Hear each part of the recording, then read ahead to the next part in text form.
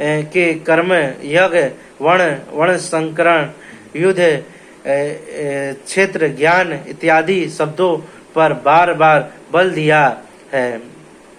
इन शब्दों का अपना आशय है और पुनरावृत्ति में भी इनका अपना सौंदर्य है। हिंदी रूपायण में इन शब्दों को इसी आशय में लिया गया है तथा आवश्यक स्थलों की व्याख्या भी की गई है। गीता का आकर्षण निम्नलिखित प्रश्न है जिनका आशय आधुनिक समाज हो चुका है। वे इस प्रकार जिन्हें आधारत गीता में आप पाएंगे। श्री कृष्ण एक ईश्वर थे। सत्य आत्मा ही सत्य है। सनातन आत्मा सनातन है। परमात्मा सनातन है। सनातन धर्म परमात्मा से मिलने वाला क्रिया है। युद्ध देवी या आसुरी संप्रदायों का संघर्ष युद्ध है। यह अंत कारण है कि दो प्रवृत्तियों हैं, इन दोनों का मिटना परिणाम है। युद्ध स्थान यह मानव शरीर और मन संहिता इंद्रियों का समूह युद्ध स्थल है। ज्ञान परमात्मा की प्रत्यक्ष जानकारी ज्ञान है। योग संसार के संयोग योग से रहित अव्यक्त ब्रह्मा के मिलन का नाम योग है। ज्ञान योग आराधना ही कर्म है। अपने फिर पर भी निर्भर होकर कर्म में प्रवृत्त होना ज्ञान योग है। निष्काम योग कर्म योग इस इष्ट पर निर्भर होकर संप्रण के साथ कर्म में प्रवृत्त होना निष्काम कर्म योग है। श्री कृष्ण ने किस सत्य को बताया? श्री कृष्ण ने उसी सत्य को बताया जिसको तत्वदर्शियों ने पहले देख लिया तथा और आगे भी देखेंगे। यज्ञ साधना की विधि विशेष का नाम यज्ञ है। कर्म यज्ञ को कार्य रूप देना ही कर्म है। वर्ण आराधना की एक विधि है जिसका नाम कर्म है, जिसको चारों श्रेणियों में बांटा है। वहीं चारों वर्ण यह एक ही साधक का ऊंचा नीचा स्तर है, ना कि जाति। वर्ण संकरण परमात्मा पथ से च्युत होना, साधना में भ्रम उत्पन्न होना वर्ण संकर है। मनुष्य की श्रेणी अंतकरण में स्वभाव के अनुसार मनुष्य दो प्रकार का होता है, एक देवताओं जैसा, दूसरा असुरों जैसा। यही मनुष्य की दो जातियां हैं जो स्वभाव द्वारा निर्धारित है और यह स्वभाव घटता बढ़ता रहता है। देवता हृदय देश में पर में देव का देवतत्व अर्जित कराने वाला गुणों का समूह। ब्रह्मा देवताओं की पूजा मूल बुद्धि की देन है।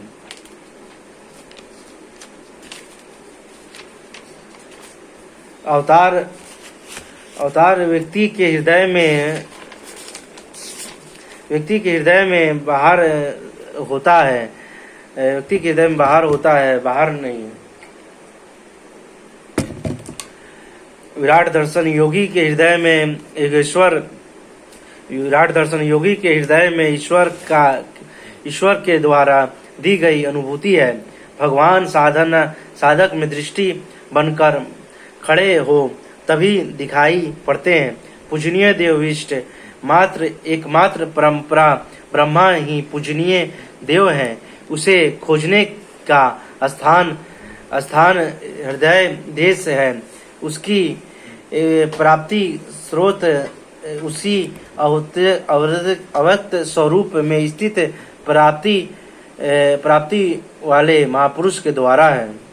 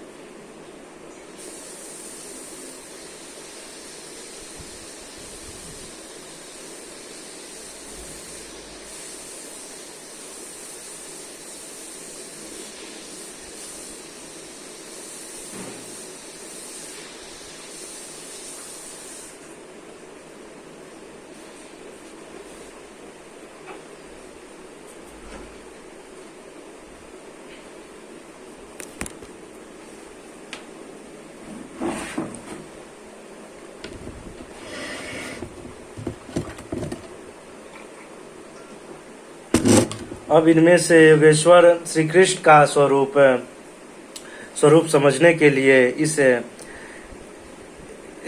के लिए अध्याय अब इनमें से योगेश्वर श्री कृष्ण का स्वरूप समझने के लिए अध्याय के 3 तक आपको पढ़ना होगा और अध्याय 13 तक आपका स्पष्ट समझने लगेंगे कि श्री कृष्ण योगी थे। अध्याय 2 से ही सत्य निकर जाएगा। सनातन और सत्य एक दूसरे के पूरक हैं। यह अध्याय 2 से ही स्पष्ट होगा। वैसे पुनः पूर्ति प्रयत्न चलेगा। युद्ध अध्याय 4 तक स्पष्ट होने लगेगा। 11 तक सय निर्मूल हो जाएगा। वैसे अध्याय 16 तक देखना चाहिए। युद्ध स्थल के लिए अध्याय 13 12 बार देखें। ज्ञान अध्याय 4 से स्पष्ट होगा तथा अध्याय 13 से भली प्रकार समझ में आएगा कि प्रत्यक्ष दर्शन का नाम ज्ञान है। योग अध्याय 6 तक आप सकेंगे कि वैसे पूर्ति प्रयत्न योग के विभिन्न अंशों की परिभाषा है। ज्ञान योग अध्याय 3 से 6 तक स्पष्ट हो जाएगा। आगे देखने की कोई विशेष आवश्यकता नहीं है। निष्काम कर्म योग अध्याय 2 से आरंभ होकर पुनरुत्थित है। यह आप अध्याय 3 से 4 तक पढ़ें स्पष्ट हो जाएगा। कर्म का नाम अध्याय में प्रथम बार मिल गया है। इस श्लोक से अध्याय 4 तक पढ़ लें तो स्पष्ट हो जाएगा कि कर्म का अर्थ आराधना भजन क्यों है। अध्याय 16 और 17 यह विचार स्थिर कर देता है कि यही सत्य है। वर्णशंकर अध्याय 3 और में अवतार अध्याय 4 में स्पष्ट हो जाएगा कि वर्ण व्यवस्थाएं के लिए अध्याय 18 देखना होगा। वैसे संकेत अध्याय 3 और 4 में भी है। मनुष्य की देवासुर जातियों के लिए अध्याय 16 दृष्टांत है। विराट दर्शन अध्याय 10 से 11 तक स्पष्ट हो गया है। अध्याय 7 और 9 और 15वें में भी इस प्रकाश डाला गया है। अध्याय 7, 9 और 17 में ब्रह्मा देवताओं की अस्तित्व स्पष्ट हो जाती है। परमात्मा के पूजन की स्थलीय हृदय देश ही है, जिसमें ध्यान, श्वास प्रवास के चिंतन इत्यादि की क्रियाएं हैं, जो एकांत में बैठकर मंदिर मूर्ति के सामने नहीं की जाती। अध्याय 3, 4, 6 और 18 में स्पष्ट है कि बहुत सोचने विचारने से क्या प्रयोजन है। यदि अध्याय 6 तक की ही अध्ययन कर लें तो भी यथार्थ गीता का मूल आशय आपकी समझ में आ जाएगा। गीता जीविका संग्राम का साधन नहीं, अपितु जीवन संग्राम में शाश्वत विजय का क्रियामत परीक्षण है। इसीलिए शुद्ध ग्रंथ है जो वास्तविक विजय दिलाता है। किंतु गीता योग्यता युद्ध तलवार, धनुष, बाण, गदा और फरसे से लड़ा जाने वाला सांसारिक युद्ध नहीं है और न इन युद्धों में शाश्वत विजयी नियति है। यह सत्य प्रवृत्ति का संघर्ष है, जिनके रूप आत्मक वर्णन की परंपरा रही है। वेद में इंद्र और वृत्र विद्या और अविद्या, पुराणों में देवासुर संग्राम, महाकाव्यों में राम और रावण, कौरवों में और एवं पांडवों के संघर्ष को ही गीता में धर्म क्षेत्र और कुरुक्षेत्र में देवी संपदा एवं आसुरी संपदा, संजातियां एवं विजातियों, सद्गुण एवं दुर्गुण का संघर्ष कहा गया है। यह संघर्ष जहाँ होता है वह स्थान कहा गया है।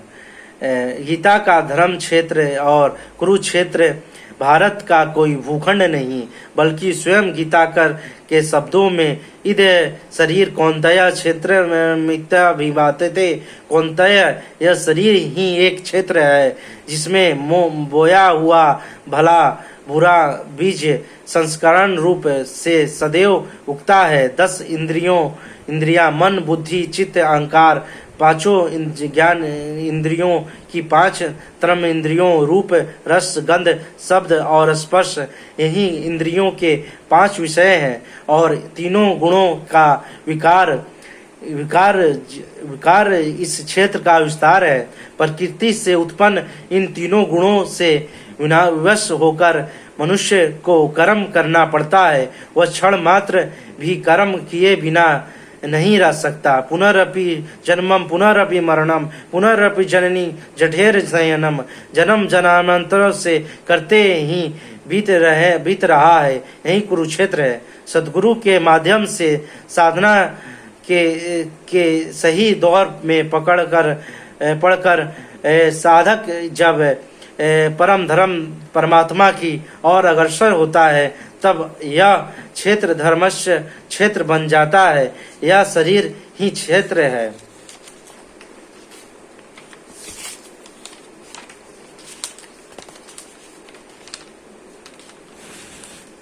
इस शरीर के अंतराल में अंत कारण की 2 प्रवृत्तियां पुरातन है, देवी संप्रदाय और आसुरी संप्रदाय। देवी संप्रदाय में पुण्य रूपी पांडव और कर्तव्य रूपी कुंती पुण्य जागृत होने से पहले मनुष्य जो कुछ भी कर्तव्य समझकर करता है, अपनी समझ से वह कर्तव्य ही करता है, किंतु उससे कर्तव्य होता नहीं, क्योंकि पुण्य के बिना कर्तव्य को समझ ही नहीं जा सकता। कुंती ने पांडवों से संबंध होने से पूर्व जो कुछ भी अर्जित किया वह था कर्ण। आजीवन कुंती के पुत्रों से लड़ता रह गया। पांडवों का दुर्दर्श शत्रु यदि कोई भी था तो वह था कर्ण। विजातीय कर्म ही कर्ण जो बंधनकारी है, जिससे परंपरागत रूढ़ियों का चित्रण होता है। पूजा पद्धतियों पिंड नहीं छोड़ती। पुण्य जागृत होने पर धर्म रूपी युधिष्ठिर, अनुराग रूपी अर्जुन, भाव रूपी भीम, निरम रूपी नकुल, सत्संग रूपी सदेव, सात्विक रूपी सात्विक, काया रूपी सामर्थ्य रूपी काशी राज रूपी कर्तव्य के द्वारा भय पर विजय, कुंती भोज इत्यादि इष्टमुखी मानसिक प्रवृत्ति का उत्कर्ष होता है, जिनकी गणना 7 अक्षणीय है। अक्ष दृष्टि को कहते हैं। सत्यमय दृष्टिकोण से जिसका गठन है वह है देवी संप्रदाय। परम धर्म परमात्मा तक की दूरी तय कराने वाली यह 7 श्रेणियों 7 भूमिकाएं हैं, न कि कोई गणना विशेष। वस्तुतः यह प्रवृत्ति यह अनंत है। दूसरी ओर से यह कुरुक्षेत्र जिसमें 10 इंद्रियों और एक मन 11 अक्षोणी सेना है। मन संहिता इंद्रमयी दृष्टिकोण से जिसका गठन है वह है आसुरी संप्रदाय, जिसमें यह है अज्ञान रूपी दृष्टांत, जो सत्य जानते हुए भी अंधा बना रहता है।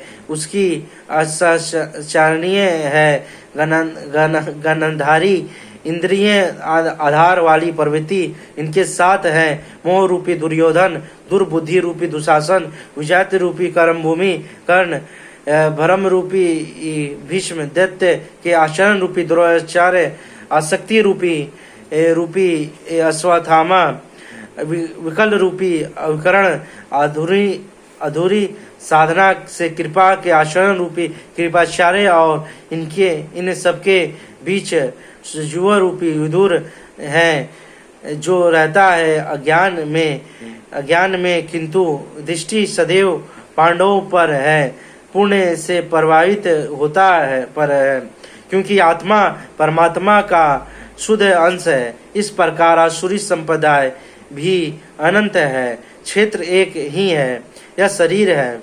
इसमें लड़ने वाली प्रवृत्तियां दो हैं। एक प्रकृति में विश्वास दिलाती है, नीचे अधम नियोनियों का कारण बनती है, तो दूसरी परम पुरुष परमात्मा के में विश्वास और प्रवेश दिलाती है। तत्वदर्शी महापुरुष के संरक्षण में कर्मश साधना करने पर देवी संप्रदाय का उत्कृष्ट और आसुरी संप्रदाय का सर्वथा समन हो जाता है। जब कोई विकार ही नहीं रहा, मन का सर्वथा निरोध और निरोध मन का भी विलय हो जाता है, तो देवी संप्रदाय की आवश्यकता समाप्त हो जाती है। अर्जुन ने देखा कि कौरवों के पक्ष के अंतरा पांडव पक्ष के योद्धा भी योगेश्वर में सम्मिलित हो रहे हैं। पूर्ति के साथ देवी संप्रदाय में भी विलीन हो जाती है। अंतिम शाश्वत परिणाम निकल जाता है। इसके पश्चाताप महापुरुष यदि कुछ करता है तो केवल अनुनाइयों के मार्गदर्शन के लिए ही करता है। लोक संग्रह में की गई इसी भावना से महापुरुष ने सूक्ष्म मनोभाव का वर्णन उन्हें ठोस स्थूल रूप देकर किया है। गीता छंद बोध है, व्याकरण समृद्ध है, किंतु इसके पात्र प्रतिगामत है, अमृत योग्यताएं के मूर्त रूप मात्र है। गीता के आरंभ में 30-40 पात्रों का नाम लिया गया है, जिसमें आधे संजित हैं, आधे विजयी हैं, कुछ पांडवों के पक्ष के हैं, कुछ कौरवों के पक्ष के हैं। विश्व रूप के दर्शन के समय इनमें से 4-6 नाम पुनः आए हैं, अन्यथा संपूर्ण गीता में इन नामों की चर्चा तक नहीं है। एकमात्र अर्जुन ही ऐसा पात्र है जो आरंभ से अंत तक योगेश्वर के समक्ष है। वह अर्जुन भी केवल योग्यता का प्रतीक है, न कि व्यक्ति विशेष।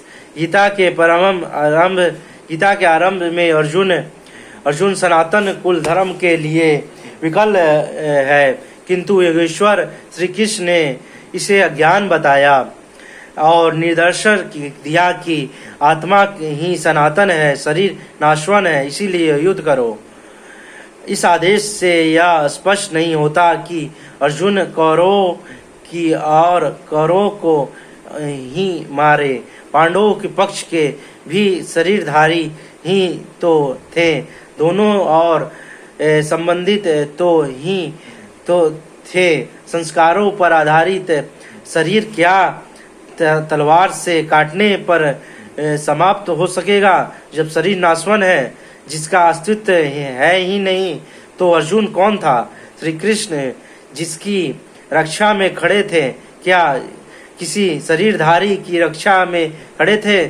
श्री कृष्ण ने कहा, जो शरीर के लिए परिश्रम करता है वह पाप यो मूर्ख बुद्धि पुरुष व्यर्थ ही जीता है।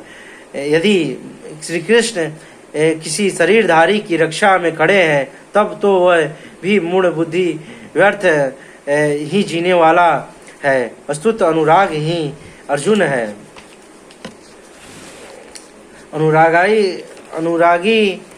अनुरागी के लिए महापुरुष सदैव खड़े हैं। अर्जुन शिष्य था और श्री कृष्ण एक सद्गुरु थे। विनयावनत होकर उसने कहा, धर्म के मार्ग में मोहित में आपसे पूछता हूँ, जो श्रेष्ठ परम कल्याणकारी हो, वह उपदेश मेरे प्रति कहिए। अर्जुन शेष चाहता था पर एक भौतिक पदार्थ नहीं, केवल कहिए कि कहिए ही नहीं कि धैर्य संभालिए, मैं आपको शिष्य हूँ, आपकी शरण में हूँ। इसी प्रकार गीता में स्थान स्थान पर स्पष्ट है कि अर्जुन आत्र अधिकारी है और योगेश्वर श्री कृष्ण एक सद्गुरु हैं। वे सद्गुरु अनुरागी के साथ सदैव रहते हैं, उनका मार्गदर्शन करते हैं। जब भाव तपस्या में कोई व्यक्ति पूज्य महाराज जी के पास रहने का आग्रह करने लगता है, तब वे कहा करते हैं, जाओ शरीर से कहीं रहो, मन से मेरे पास आते रहो। प्रातः सायं राम शिव ओम किसी 1, 2, 2.5 अक्षर के नाम का जाप करो और मेरे स्वरूप का हृदय में ध्यान करो। 2-4 मिनट भी स्वरूप पकड़ लोगे तो जिसका नाम भजन है वह मैं तुम्हें दूंगा। जिससे इसे अधिक पकड़ने लगोगे तो हृदय से रथी बनकर सदैव तुम्हारे साथ रहूंगा। जब सूरत पकड़ में आ जाती है तो इसके बाद महापुरुष इतना ही पास में रहते हैं जितना हाथ, पांव, नाक, कान इत्यादि आपके पास हैं। आप हजारों किलोमीटर दूर क्यों ना हो, वह सदैव समीप है। मन में विचारों के उठने से भी पहले वे मार्गदर्शन करने लग जाते हैं। अनुरागी के हृदय में वह महापुरुष सदैव आत्मा से अभिन्न होकर जागृत रहते हैं। अर्जुन अनुराग का प्रतीक है। गीता के 11वें अध्याय में योगेश्वर श्री कृष्ण का ऐश्वर्य देखने पर अर्जुन अपनी श्रुद्ध त्रुटियों के लिए क्षमा याचना करने लगा। श्री कृष्ण ने क्षमा किया और याचना के अनुरूप स्वयं स्वरूप में आकर कहा, अर्जुन मेरे इस स्वरूप को ना पहले किसी ने देखा और ना भविष्य में कोई इसे देख सकेगा। तब तो गीता हम लोग के लिए व्यर्थ है, क्योंकि इस दर्शन की योग्यताएं अर्जुन तक सीमित रह गई। जबकि उसी समय संजय देख रहा था। पहले भी उन्होंने कहा, बहुत से योगी जन ज्ञान रूपी तप से पवित्र होकर मेरे साक्षात स्वरूप को प्राप्त हो चुके हैं। अनंत वे महापुरुष कहना क्या चाहते हैं? वस्तुत अनुराग ही अर्जुन है, जो आपके हृदय की भावना से विशेष है। अनुराग विहीन पुरुष ना कभी पूर्व में देख सका और ना अनुराग विहीन पुरुष भविष्य में भी कभी देख सकेगा। मिल ही ना रघुपति बिनु अनुरागा, किए जोगा तप ज्ञान विरागा। रामचरितमानस अंत में अर्जुन एक प्रतीक है। यदि प्रतीक नहीं है तो गीता का पीछा छोड़ दे। गीता आपके लिए नहीं है, क्योंकि उस दर्शन की योग्यता अर्जुन तक ही सीमित रह गई। अध्याय के अंत में योगेश्वर निर्णय देते हैं, अर्जुन अन्य भक्ति और श्रद्धा द्वारा मैं इस प्रकार प्रत्यक्ष देखने के लिए जैसे तूने देखा, तत्व से स्पष्ट जानने के लिए और प्रवेश करने के लिए भी सुलभ हूँ।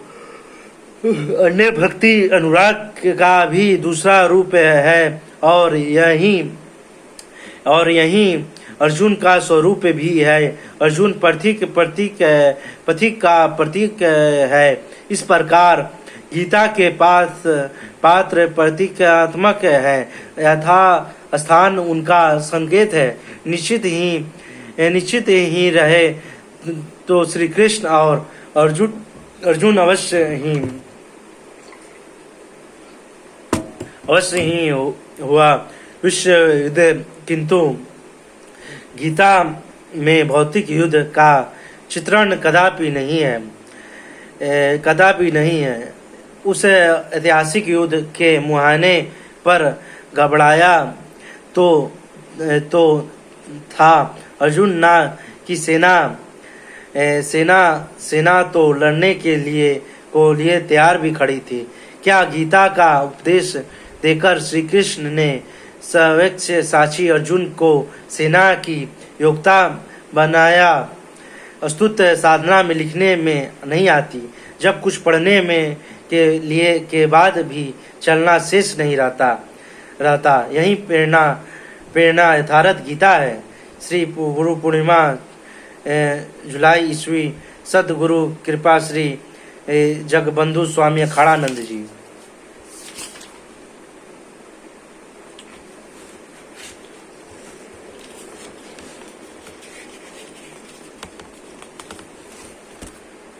ओम श्री परमात्मा ने अथ श्रीमद्भागवत गीता यथार्थ गीता अथ प्रथमोऽध्याय दृष्टान्तवाच्य। धर्म क्षेत्रे कुरुक्षेत्रे समता युक्तस्य मामका पांडवस्य किम कुर्वते संजय। धृतराष्ट्र ने पूछा, हे संजय, धर्म क्षेत्र कुरुक्षेत्र में कृत युद्ध की इच्छा वाले मेरे और पांडवों के पुत्रों ने क्या किया? अज्ञान रूपी धृतराष्ट्र और संयम रूपी संजय।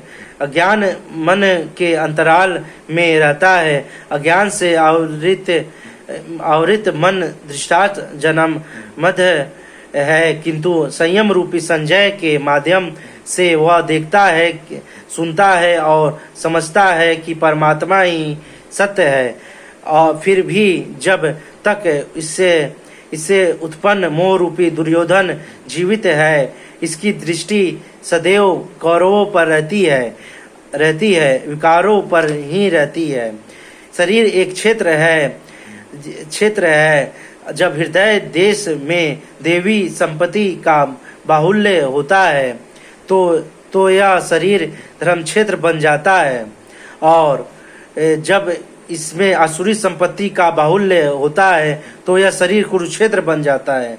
कुरु अर्थात करो, यह शब्द आदेशमुक्त है। श्री कृष्ण कहते हैं, प्रकृति से उत्पन्न तीनों गुणों द्वारा परवश होकर मनुष्य कर्म करता है। वह क्षण मात्र भी कर्म किए बिना नहीं रह सकता। गुण उसे करा लेते हैं। जो सोने जाने पर भी कर्म बंद नहीं होता, वह भी स्वस्थ शरीर की आवश्यक खुराक मात्र है। तीनों गुणों मनुष्य को देवता से कीट पर्यंत शरीरों में ही बांधता है। जब तक प्रकृति और प्रकृति से उत्पन्न गुण जीवित हैं, तब तक कुरु लगा रहेगा। अंत में जन्म मृत्यु वाले क्षेत्र, विकारों वाले क्षेत्र कुरुक्षेत्र हैं और परम धर्म आत्मा में प्रवेश दिलाने वाले पुण्यमयी प्रवृत्ति पांडवों का क्षेत्र धर्म क्षेत्र है।